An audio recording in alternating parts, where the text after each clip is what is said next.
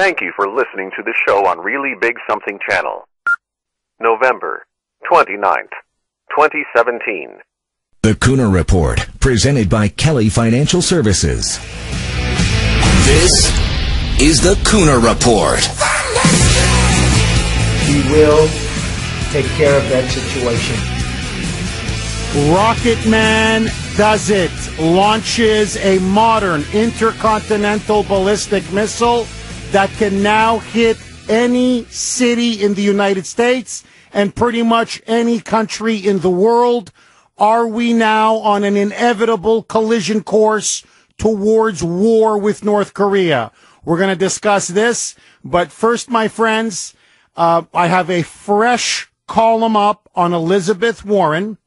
It's called "The Racist is Elizabeth Warren."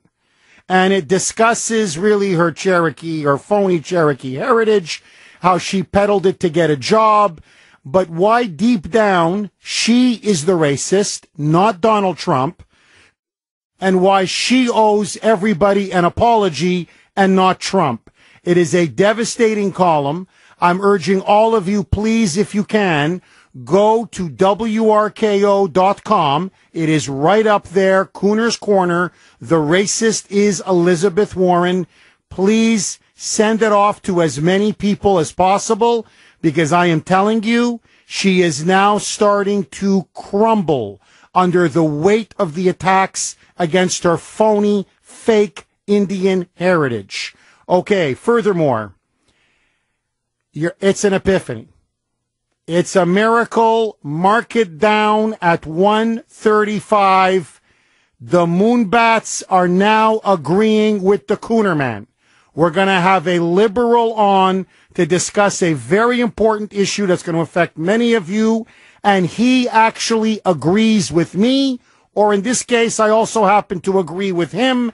They say miracles don't happen. It's going to happen at 135. But first, what to do about the crazy fat kid, a.k.a. the midget. Kim Jong-un yesterday really now took the North Korea's nuclear weapons program to a completely different level, stunning the entire world. He launched a modern intercontinental ballistic missile that actually went 2,800 miles into space. It flew for nearly 60 minutes and then landed off the coast of Japan in Japan's exclusive economic zone. In plain English, what does this mean?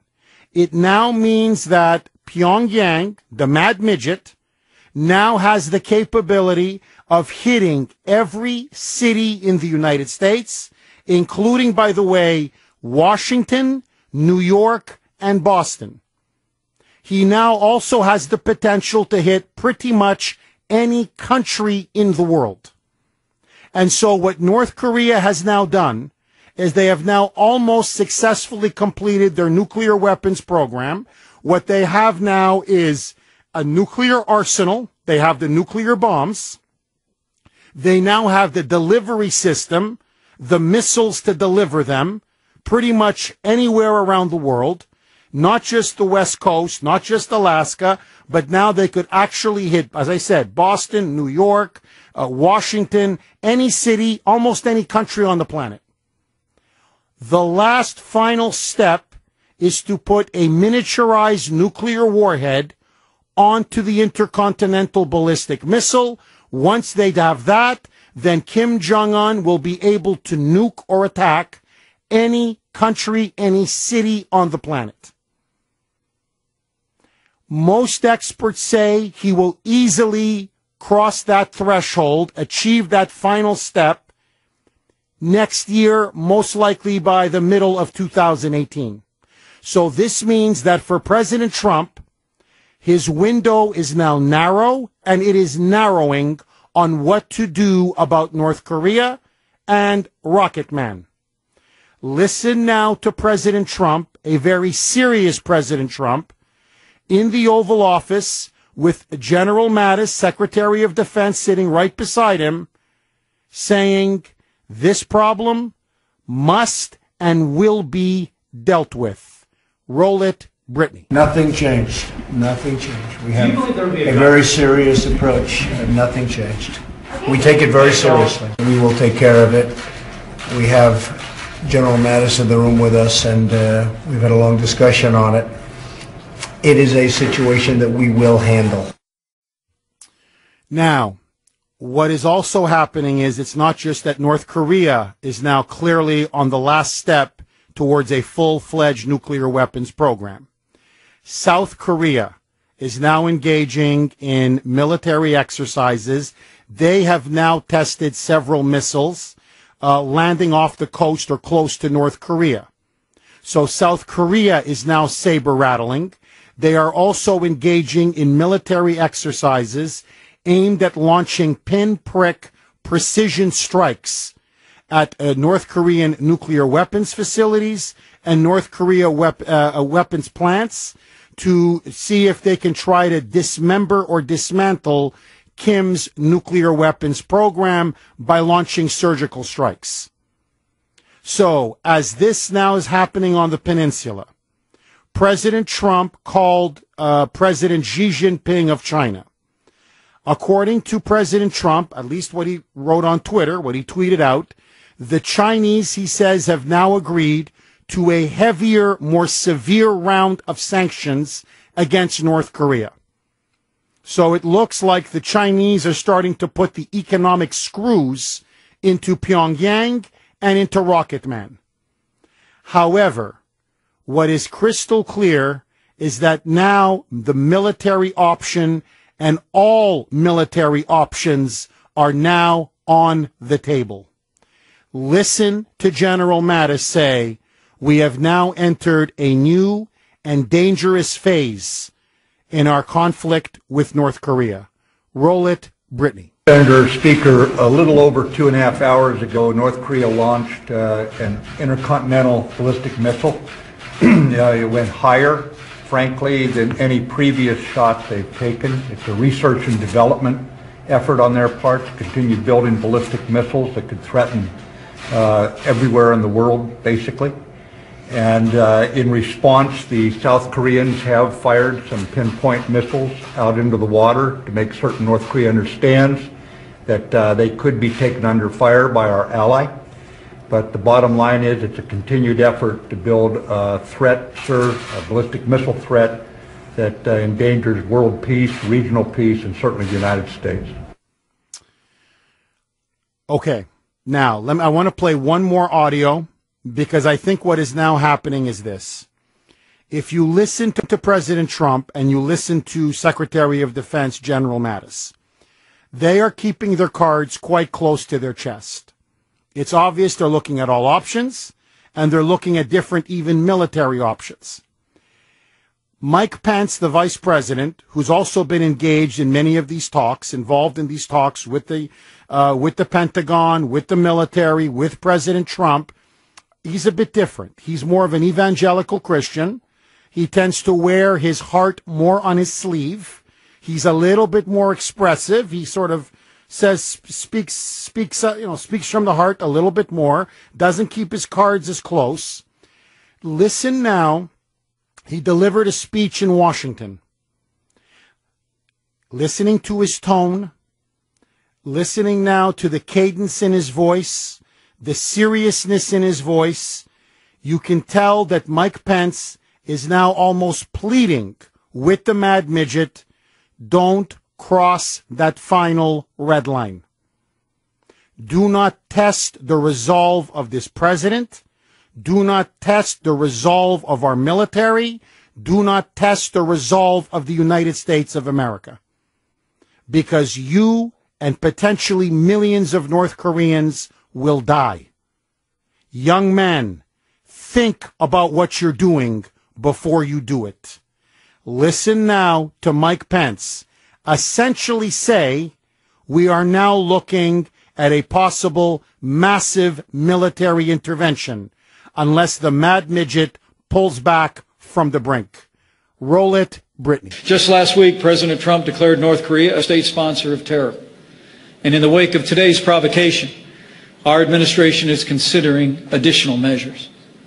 And the Kim regime in North Korea would do well not to test the resolve of this president or the capabilities of the armed forces of the United States of America. As President Trump said today, we will take care of the situation. All options are on the table. And we will continue to marshal the full resources of the United States to bring economic and diplomatic pressure to bear until North Korea abandons its nuclear and ballistic missile programs once and for all. Okay, now, here's my opinion, and then I want to get yours. 617-266-6868 if you want to be part of the program. I think what's going to happen is this. Kim Jong-un, for rightly or wrongly, has made now the decisive decision that for his regime to stay in power, he believes he needs a nuclear weapon that can target not only Seoul or Japan, but the United States itself. He has looked at Saddam Hussein, he has looked at Muammar Gaddafi, and all of these dictators who did not have a nuclear deterrent were eventually overthrown. And so he fears this for his own regime. He is now determined, no matter what, come hell or high water, to get a bomb. Trump is also determined in his own mind that the United States cannot live under a potential nuclear blackmail from the Mad Midget and from Rocket Man. That this is a risk that he, as the President of the United States, is not willing to take. That this man could potentially not just target Seoul or Tokyo, but could literally now target Los Angeles, Chicago, Washington, New York, and Boston. And this is a risk that he is not willing to live with. It now seems that both sides have completely dug in, which means we are now heading, inevitably, I think, to war. The only possible way out is if China so cuts off all economic assistance, financial economic assistance, in particular oil and natural gas, energy, that this essentially brings the Kim regime to its knees. If the Chinese are willing to do that, then we may avert war. They've now agreed to more sanctions, but, there are already some serious sanctions on North Korea. They may just be stalling for time, pretending to help the United States, when in reality now, their man in Pyongyang will soon have what they've always wanted, the ultimate nuclear deterrent, the bomb. And so the question now is, what do we do? What is now clear is this. The United Nations is useless. Again, it has shown itself to be utterly useless. Pathetic.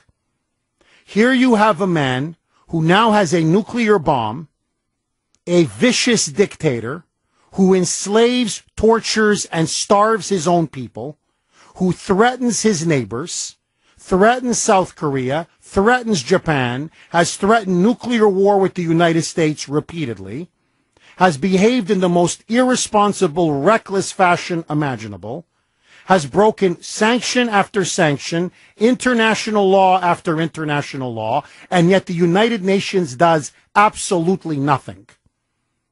If there is one issue that the entire world should be able to rally around, it should be to bring down Kim Jong-un. And instead, the Europeans are waiting for us to take the lead, as always.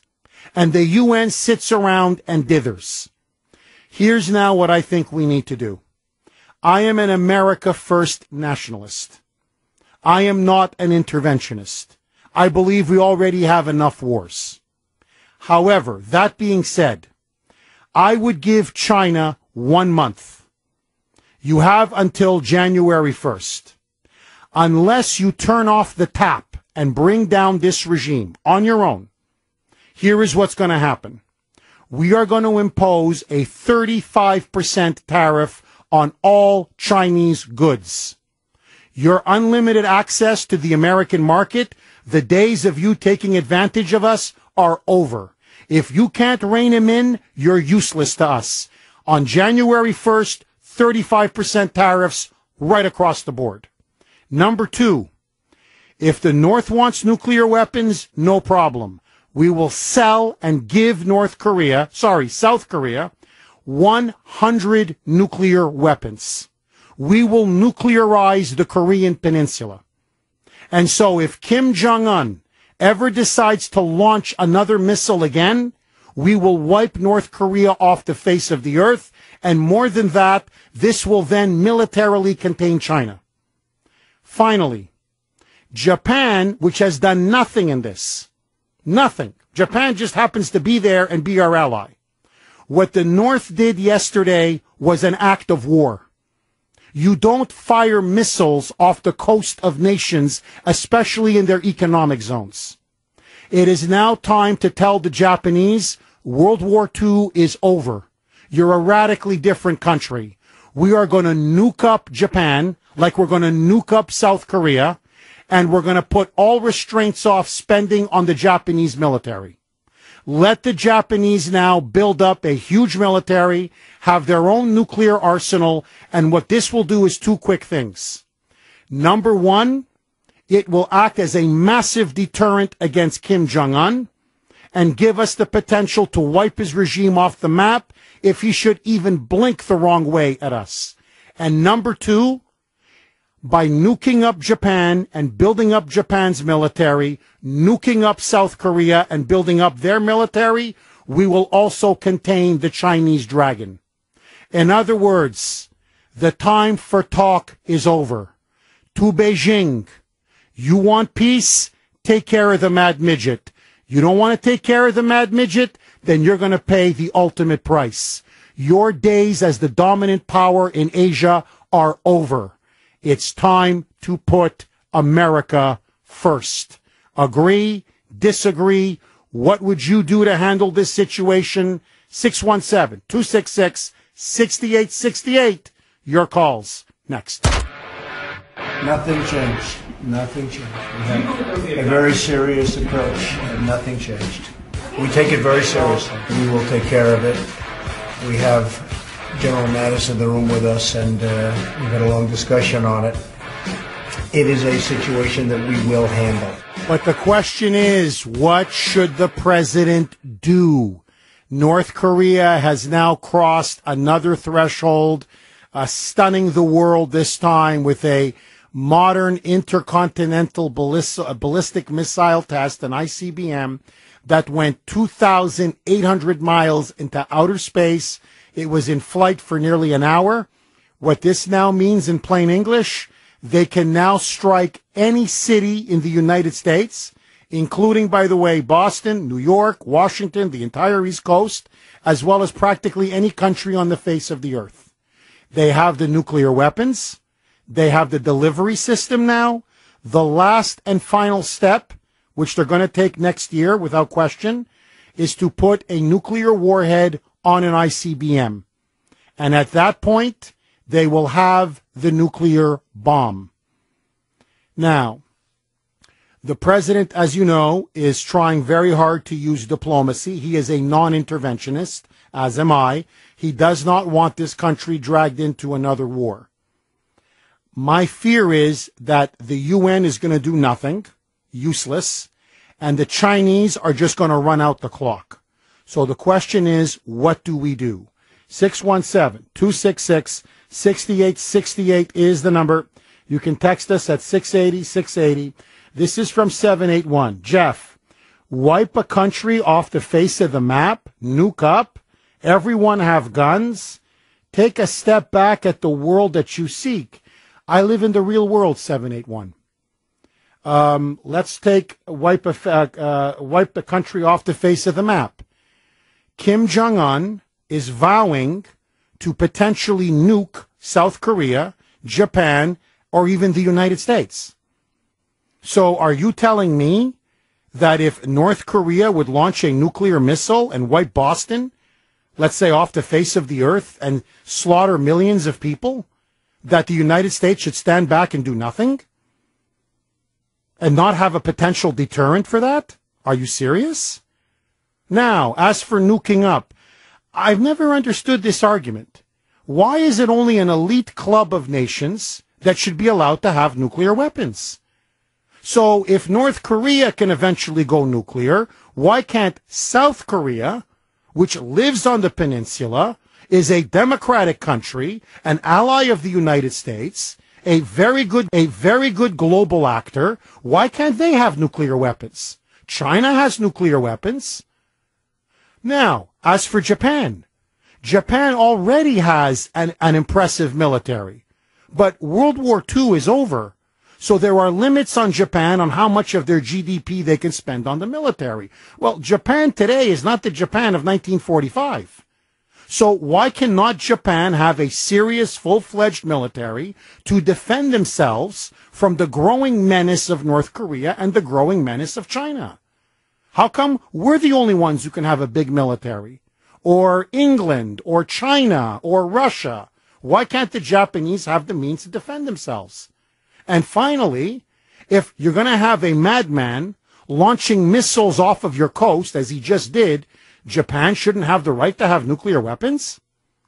So, no, I'm sorry, but China has been allowing this to happen for over 2 decades. And the thing that they fear the most is a nuclear South Korea, a nuclear Japan, because then that will contain the rise of China. That will act as an ultimate deterrent on China. So now it's time for us to stop playing games. Put up or shut up. Here's what I would tell President Xi. Xi, it's up to you. You want 35% tariffs?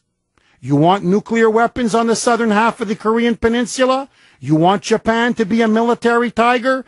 If that's what you want, fine. You keep letting the mad midget play games. Or we can keep the status quo.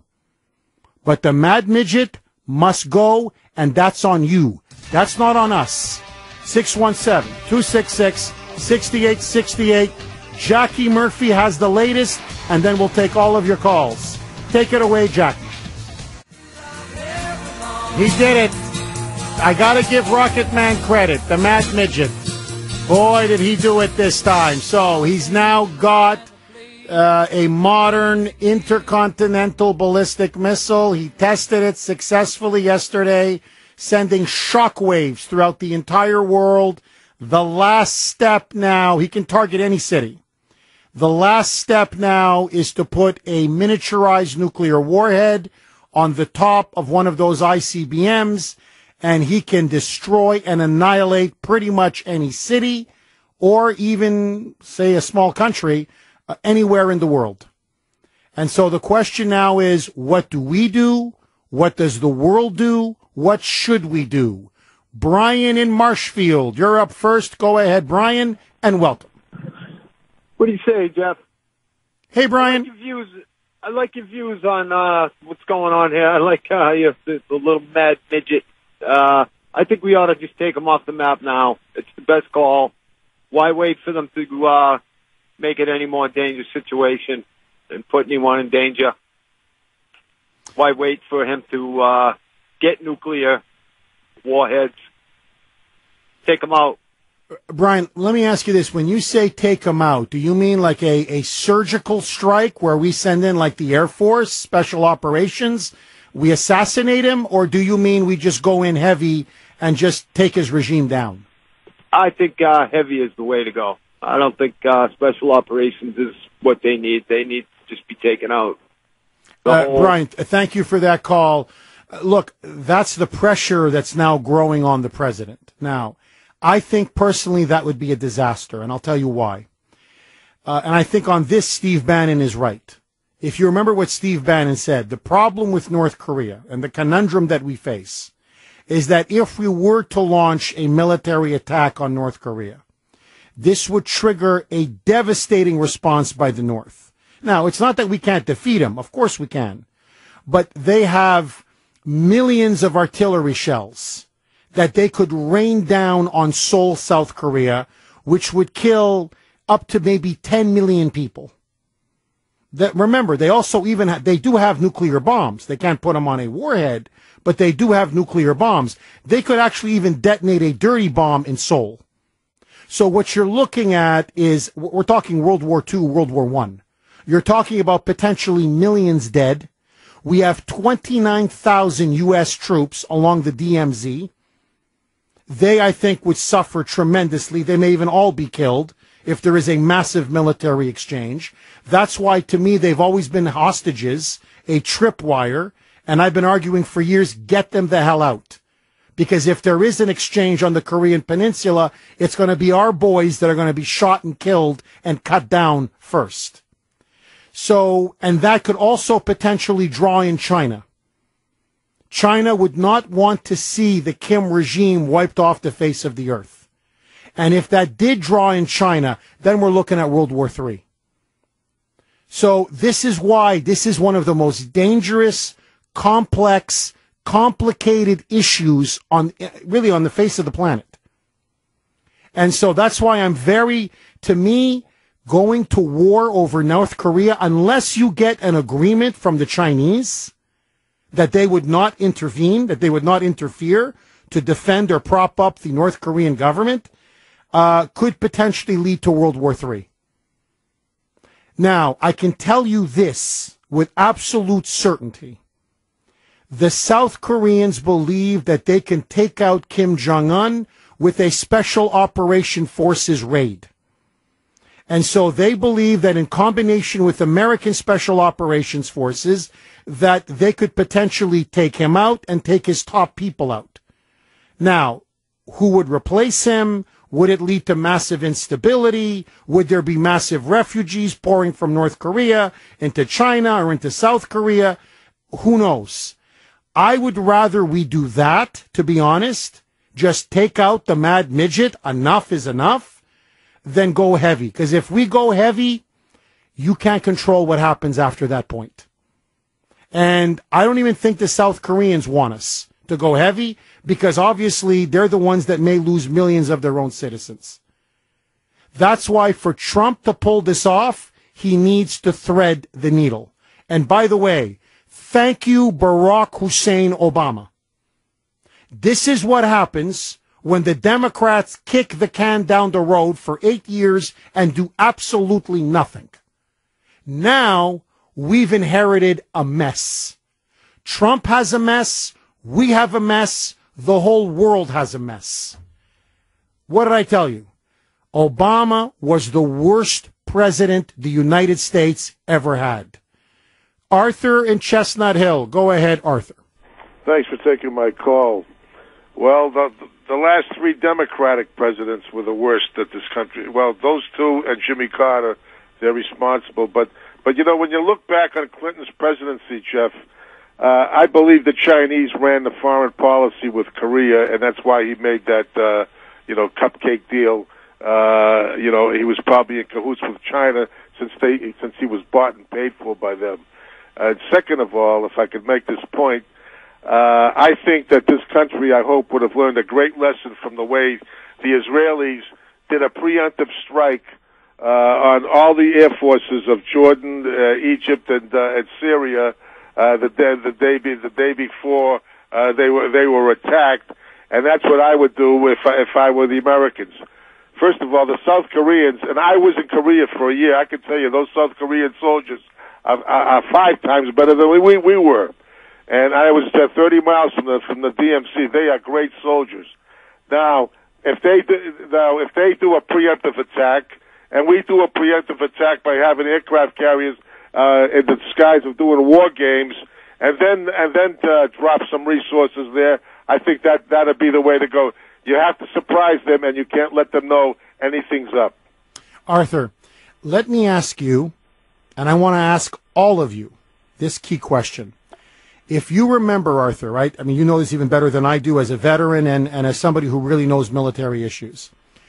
When MacArthur came in at Incheon and had that incredible, stunning landing and reversed the tide of the North Koreans in South Korea, pushed them back across the DMZ, the 38th parallel, then pushed them deep into North Korea. When the North Koreans looked like they were about to fall, what happened? The Chinese poured in across the Yalu River. They changed the whole course of the war. And now China was involved, and it was a bloodbath. If China does go and prevents North Korea from falling, because it's their ally, if we launch a military attack. If we are at war with China, is that a price that you are willing to pay, and do you think the American people are willing to pay? Well, I tell you, Jeff, that was a different China then, and we have a different China today. China at that time was a country just like North Korea, with the same kind of communist principles. Today, China is half capitalistic too, and understands that the United States is their most important trading partner. If they don't have the United States, they have tons of money invested in our country. I think that they have a stronger interest in America today than they have in North Korea, and I think their mindset might be a little different. They're having North Korea being a rogue nation like this is not in their best interest either. And South Korea is quite the country today than it was. With a little help from us, I'm sure their military can easily take on North Korea. And that guy that defected, I bet there are many that will defect if given the opportunity. Interesting. Arthur, as always, great call. Eddie and Quincy. Go ahead, Eddie. Hey, Jeff. We've been kicking this can down the road, Jeff, for over 40 years. And you know what the worst thing right now is? This guy could be around for another 50 years.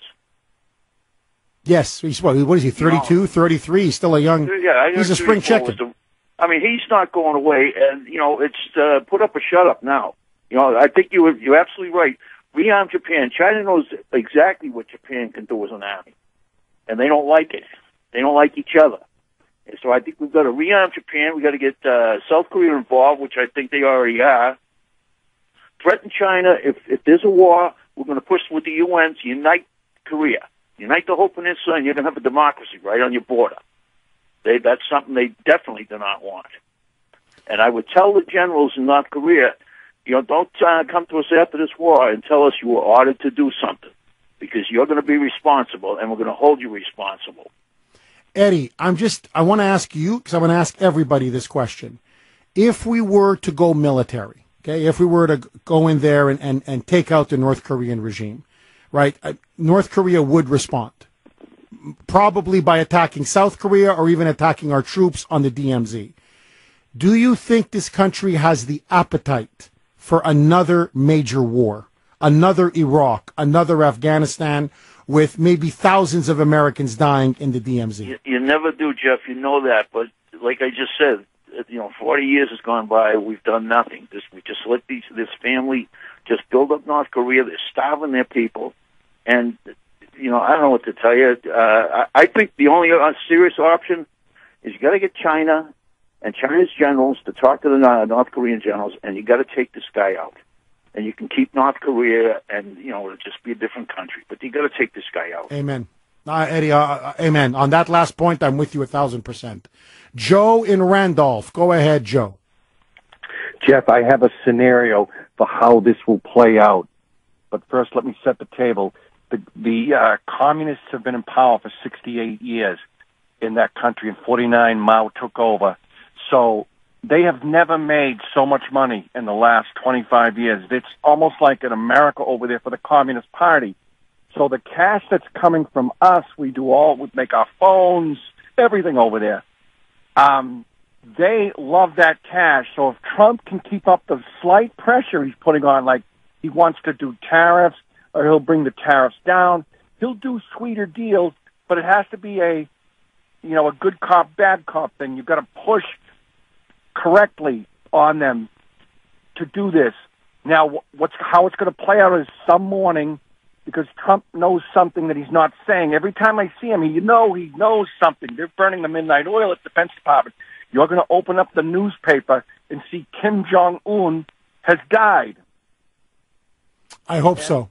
Joe, honestly, I hope so. Team to take him out because he's financially causing them great trouble. What do you think? Joe, look, I can tell you this for a fact, and thank you for that call. I can tell you this for an absolute fact. The South Koreans, I got to be careful. The South Koreans have been urging Trump, let's do a hit, an assassination, a raid, whatever you want to call it. The South Koreans believe that they have enough intelligence within Pyongyang, they have enough of their spies, their agents in there, that they can reasonably guess where Kim Jong-un, where the rocket man's going to be at any given moment. They think that they can get their people in there, the South Koreans, along with our people, our top special forces, and in and out, and take him out. He's usually with some people within his inner circle. So at one of his orgies, I'm serious, at one of his notorious orgies, or where there he is snorting cocaine at one of his crazy all-night parties where everybody's stoned out of their mind, snorting cocaine off the rear ends of prostitutes and hookers, they think they can send in our guys with their guys and just basically massacre everybody in the room and take them out. The question is, what would China do? And I think one of the discussions they're having is, if we do this, if we're in and out, A, do you have somebody that could replace him so the whole regime doesn't collapse and we have a massive refugee crisis? And more importantly, are you guys going to let us do this? Because technically, I just want you to know, in public, on record, the Chinese government has said that they would defend Kim Jong-un if his regime was attacked. If he attacked South Korea or America, then they would not defend him if we retaliated. So they're on record as saying, if you launch the first strike, we're not going to back you. But if you're attacked, we will back you. So the question then would be, could the Chinese live with this? Now, I think many of you are making a very good case. They have trillions of dollars at stake in trade, in commerce, in business ties, in finance with our country, that they would be nuts to throw all this overboard for that tin pot loser, the crazy fat kid in Pyongyang. But that's one of the big discussions they're having right now. Look, I'm telling you, he's nutty as a fruitcake. He's not going to stop until he gets a full-fledged nuclear weapon. And he's got about 6 months. They have about 6 months to solve this problem. 617-266-6868. My advice, spike the cocaine. Just spike the cocaine. And then when he's snorting it off a hooker's rear end, suddenly, problem solved. I don't know. The guy overdosed on cocaine. I don't know who did it. I don't know. WRKO. 12:54 here on the great WRKO. Okay, the Rocket Man does it. He now has an intercontinental ballistic missile capable of hitting any U.S. city, including, by the way, Boston, as well as practically any country on Earth. The last final step to put a nuclear warhead on an intercontinental ballistic missile, and then he could nuke any city, any country on Earth. Trump says we will handle it. What should he do? Tom in Fairhaven. Go ahead, Tom. Oh, hello, Jeff. Hi, Tom. I think I don't think a nuclear attack is imminent, or I don't think that that's what they'd use. I believe they just want to disable us, which I think a lot of people ought to start thinking about EMPs, electromagnetic pulse, and start preparing for that sort of thing. It's well known that those types of low-intensity nuclear blasts can be launched from a freighter off the coast. Obviously North Korea has the potential to do greater things than that, but they don't want to destroy the United States. They want to subject the United States to their rule, and in order to do that, they need to have us survive. Tom, in some way.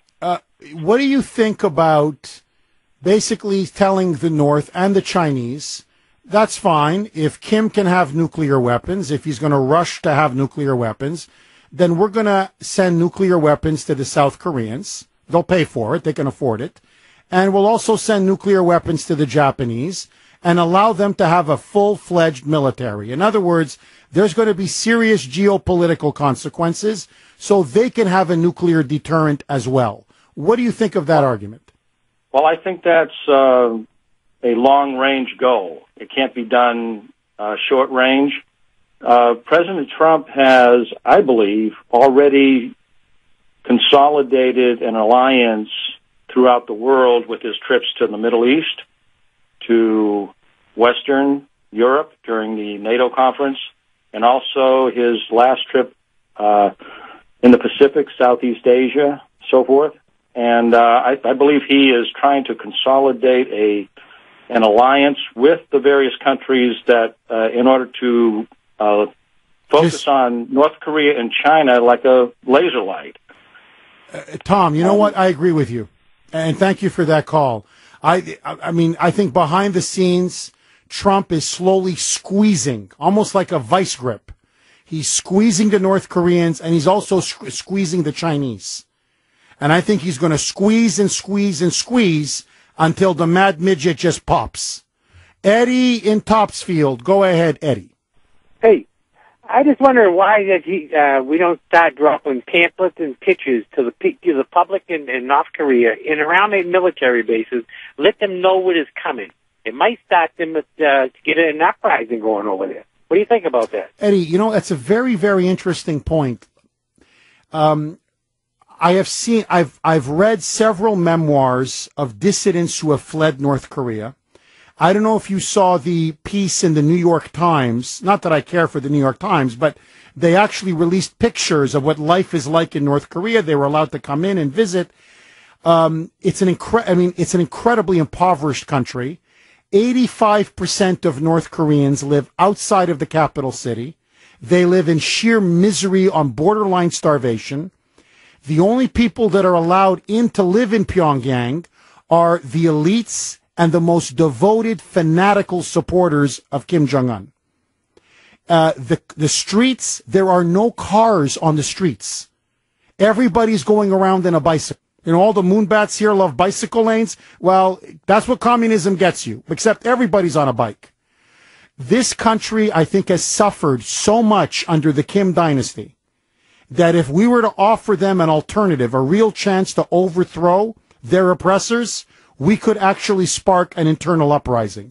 To be honest, that's another reason why I don't want to launch military strikes, because I think many North Koreans would suffer. And they've already suffered enough under this mad, sadistic dictatorship. Okay, my friends, Matt Lauer is fired at NBC. What is it with all of these liberals and sexual assault? We'll have that story next. The voice of Boston is you. 680 WRKO Boston, 93.7 WEEI HD2 Lawrence, Boston. It's 1 o'clock.